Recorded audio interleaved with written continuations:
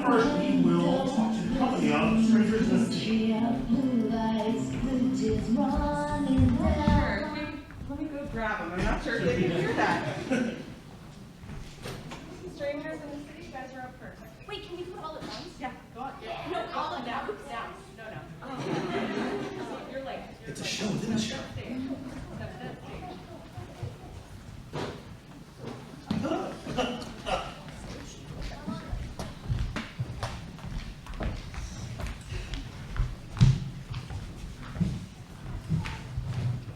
Hi. First, could you introduce yourselves to the audience? Hi, I'm Anna-Marie Sagavori. I play Sedona. Hi, I'm... my name is Teresa Stromska. I play Bola. I'm Seth Priyatomsky. I'm the playwright director.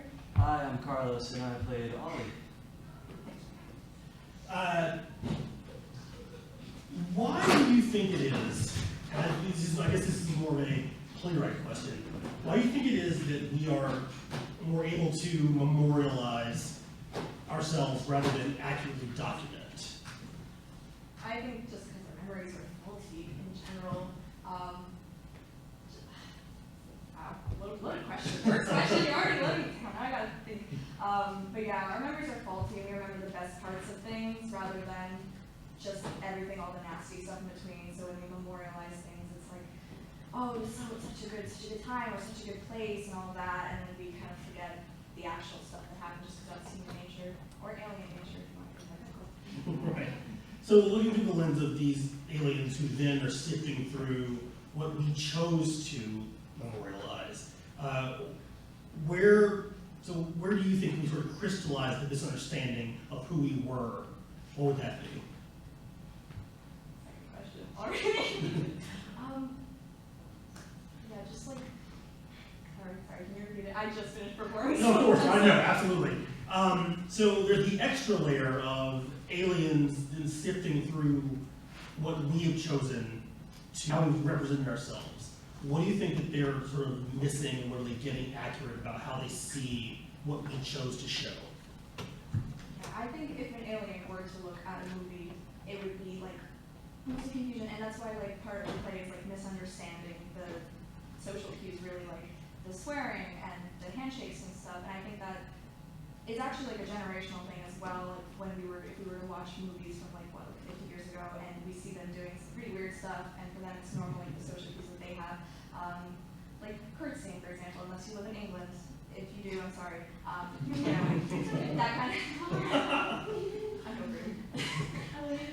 It's that kind of stuff where we misunderstand it, we kind of reclaim it as our own and assimilate it really into our cultures. And I think that really comes from what we choose to put out into the world and what we think of as our best.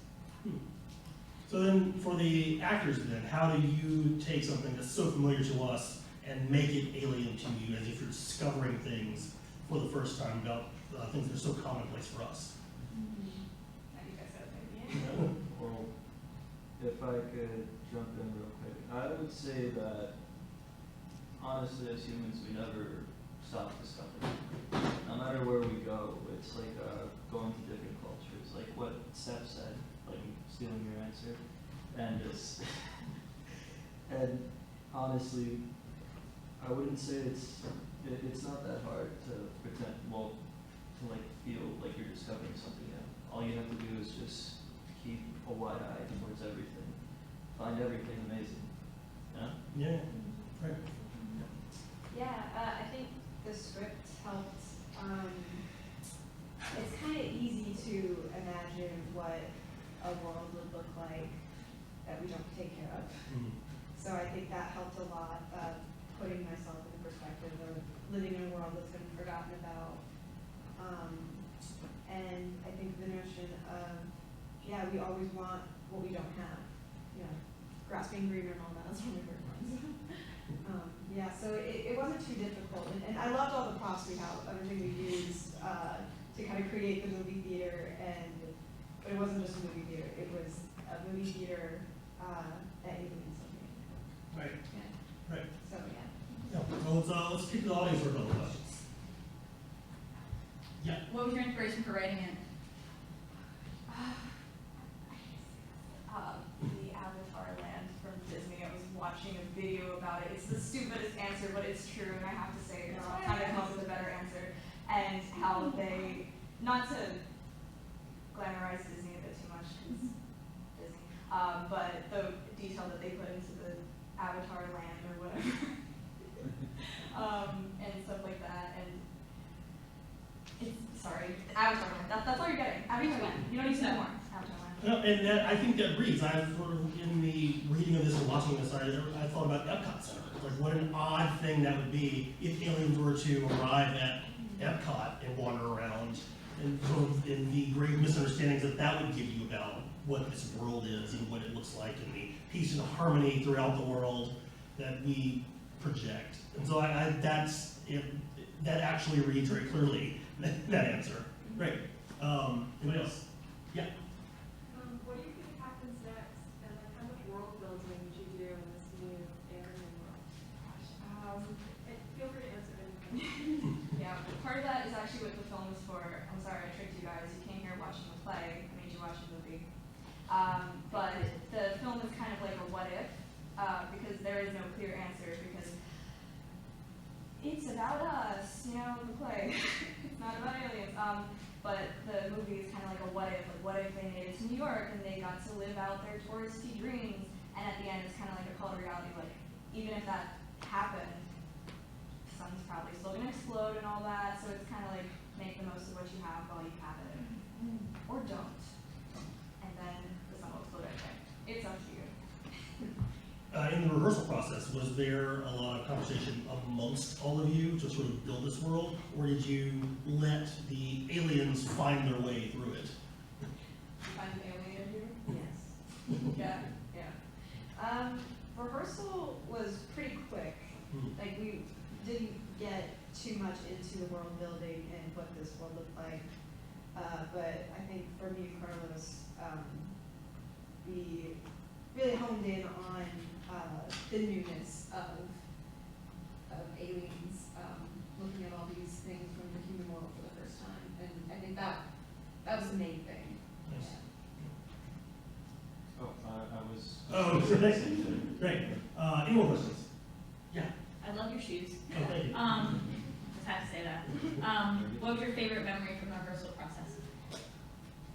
I'd say realizing, so Lisa here is actually from Ukraine. She doesn't speak a lot of English, so yeah.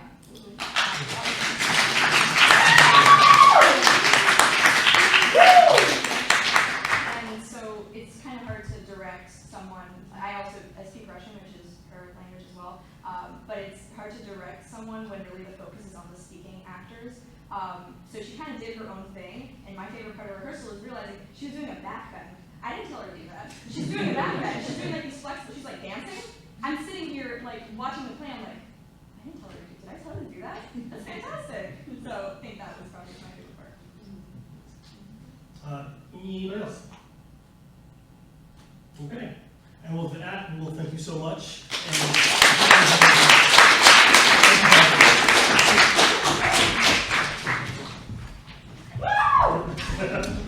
And next we'll talk to the company of the Victors of the Dragons Den.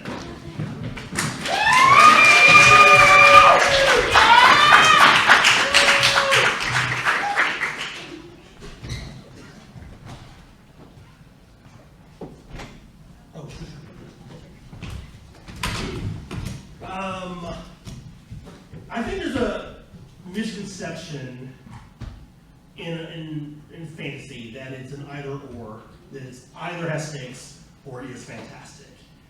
So what's your approach of making something so sort of grounded and fun and with real stakes and real people in a fantastic sort of, world of NPCs running around? Yeah, so, I don't know, I actually would disagree that it has to be fantastical or, like, normal completely. I think the two intertwine really well, which is kind of why I wanted to write this, because, like, something I spend way too much time thinking about when watching fantasy movies or reading fantasy books is that, like, well, for every heroic quester, there's some chick that's just working at the store that Yeah. like, just, that's her day job, and she doesn't go on adventures, and yeah, there's dragons, but like, she doesn't see them, so just kind of like, there's mundanity and everything, so just kind of like taking that, and it can be, everyone has a little bit of fun in their life, even if they're not all Billy Huxley, so just, I wanted to explore that aspect. Well, and I think that, I had sort of purposely said NPCs, that's what I thought of. I was like, I'm always that kid that was fascinated by the shopkeeper. It's like, well, what happens when I go away? And like, do they just close up shop and go home? And so yeah, I really enjoyed that aspect of that. And so, and within that, so is there a desire on her part to sort of be a part of that? Or is it just sort of this, reading a newspaper kind of existence just beyond the walls? Yeah. So, kind of pre-answer, I don't usually play Layla. Our Layla got sick today, so she would probably have a much better answer to this. But from what we've discussed and from what I know from writing the character and such, I think that she definitely has a desire for something more. She doesn't necessarily want to be a quester, but she does want more than her job currently. She wants to everyone wants to make a difference. Everyone wants to do something that's like, wow, that's really cool. So she's definitely got that drive. And we talked a lot in our rehearsal classes about why does Layla have this job? What does she want after this job? And a lot of what we came up with is she's saving money so that she can go to school to become, I can't remember what Jack said, to become something cool. I don't Not a remember. quester. Not a quester, something better. Yeah. But yeah, she definitely, I think everyone wants to be the main character, and so she's on that journey for herself. Right. Well, for someone who doesn't want to be the main character, I thought, I thought of this sort of pop star in hiding. Yeah. That there's a lot of, Justin Bieber, behind dark sunglasses at 7-Eleven kind of feel to it. Yeah. So in building that, was there some built wanting to take from our pop culture around us, sort of to build this fantastic character? Yeah, definitely. I mean, I feel like our generation is so ingrained in understanding that celebrities have personal lives that need to be respected, and we've seen a lot with growing up with tabloids and Britney Spears having a mental breakdown and all these different things because their personal space was not respected and they were not seen as humans but rather as commodities. That I think that led a lot into this character and just understanding the exhaustion behind what can be being seen as someone who's always in the spotlight can be, and just kind of trying to center the mental health of this character and say that if you are in a position where you are in front of people a lot, you have to still remember that that's a human at the end of the day. So I was very much inspired by just looking at celebrities and understanding different things that they've been through and different things that I've seen. And just to have that train of thought, that conversation in a play with questing and dragons is kind of a remarkable thing, which is I find so delightful about it. Yeah, it's very joyful, definitely.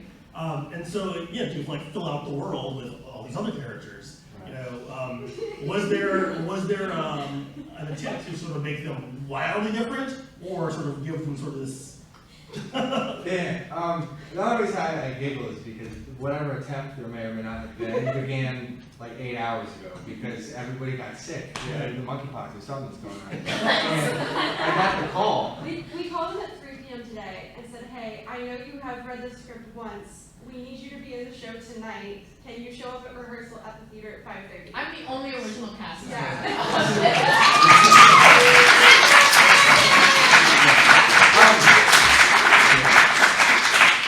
But to answer your question, instead of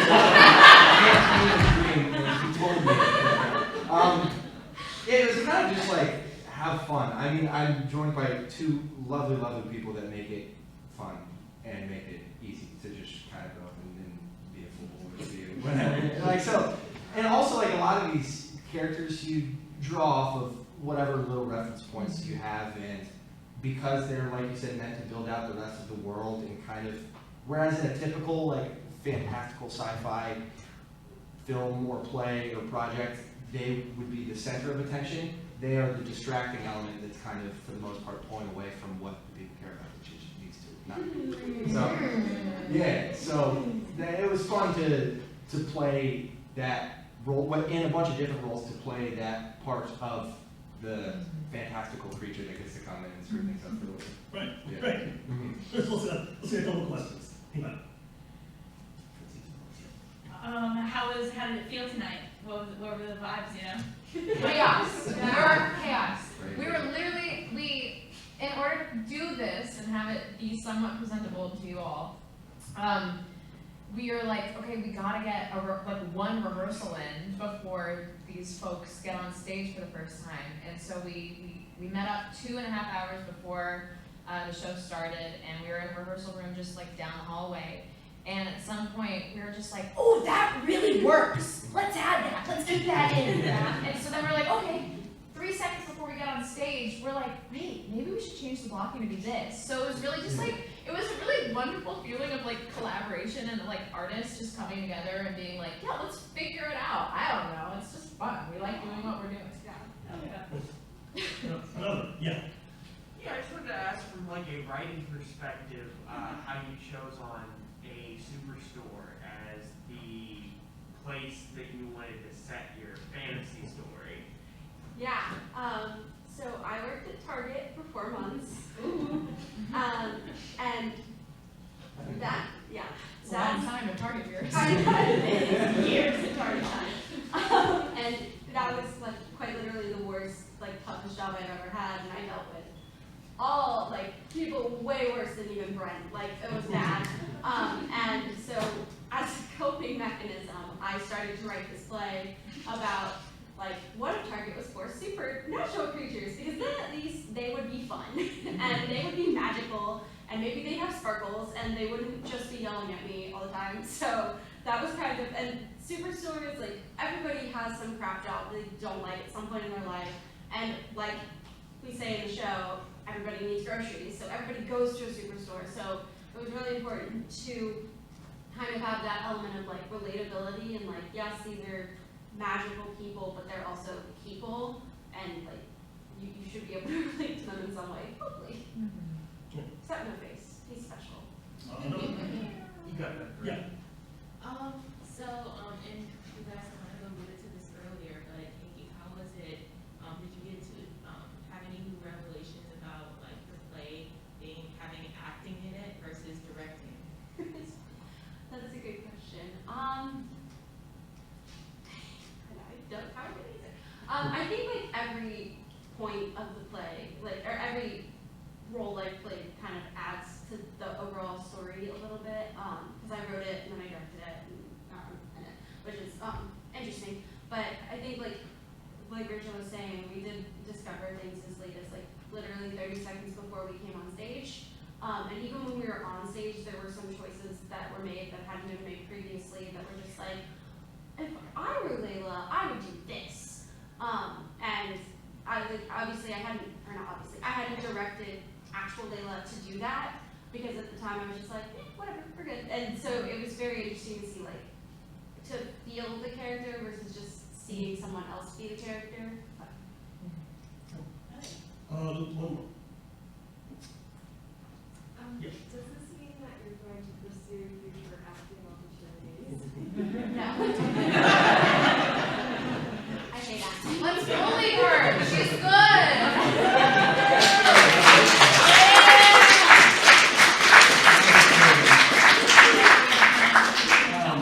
And with that, we will say thank you so much.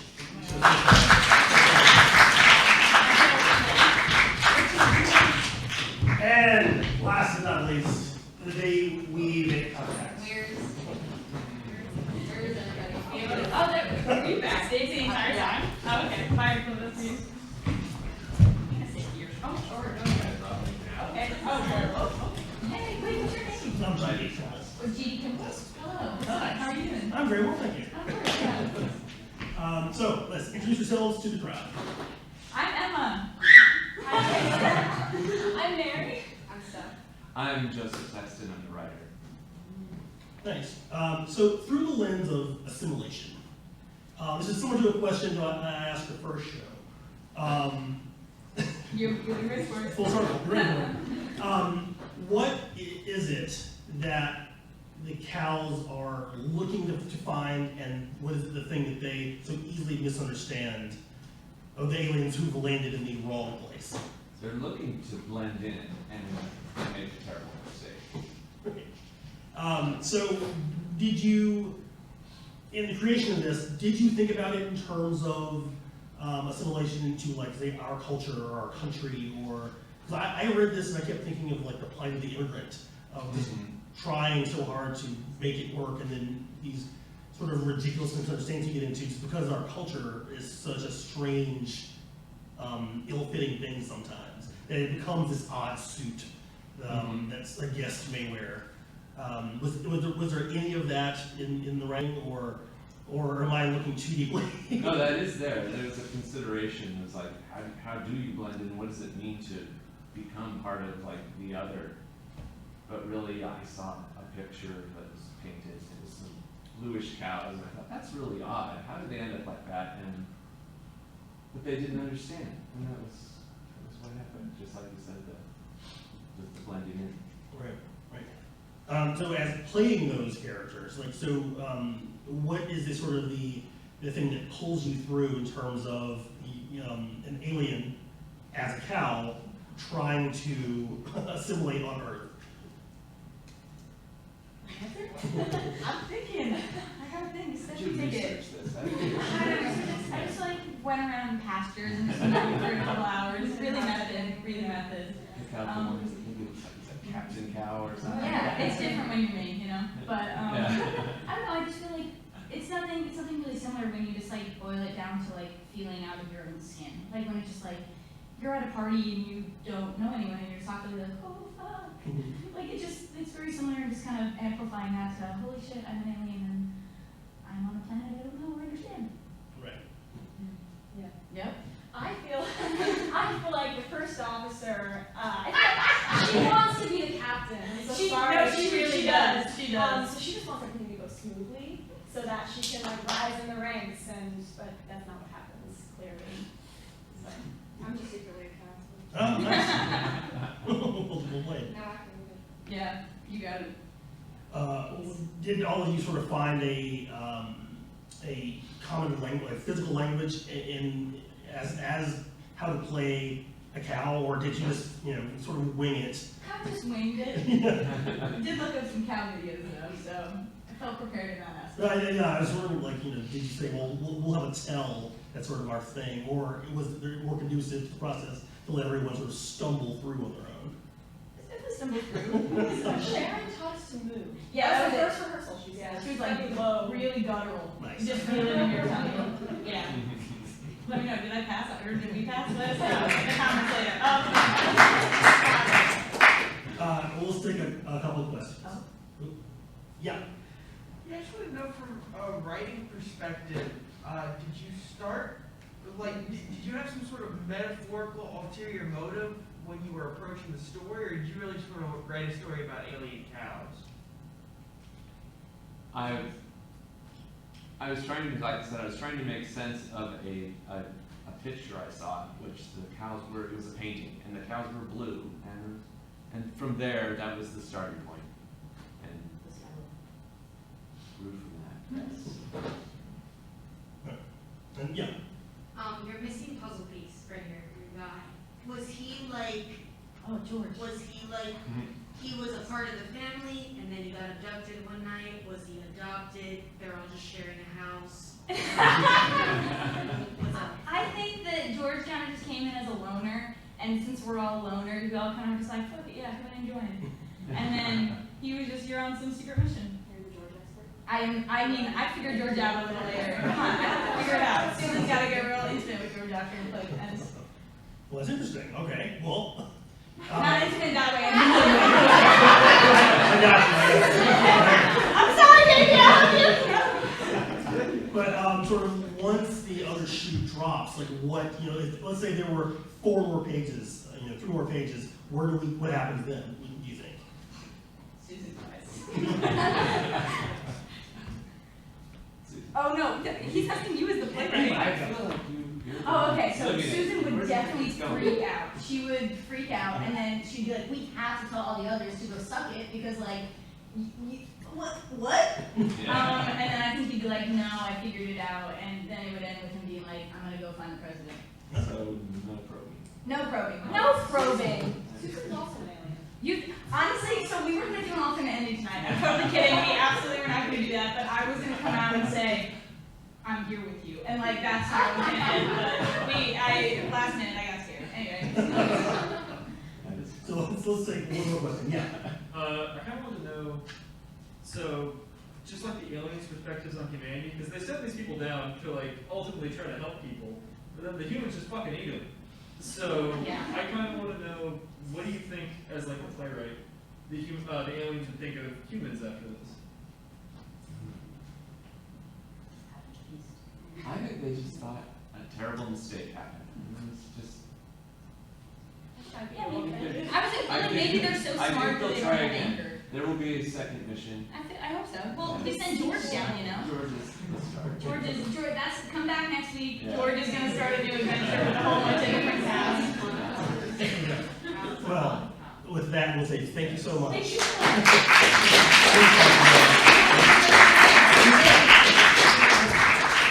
Everybody, thank you so much for joining us tonight. Thank you so much for staying talking with us. Hashtag us, put yourself online, spread the word, come join us again for Yeah, all these our go projects. backstage. I can bring And have a wonderful one tonight. Thank you so much. these.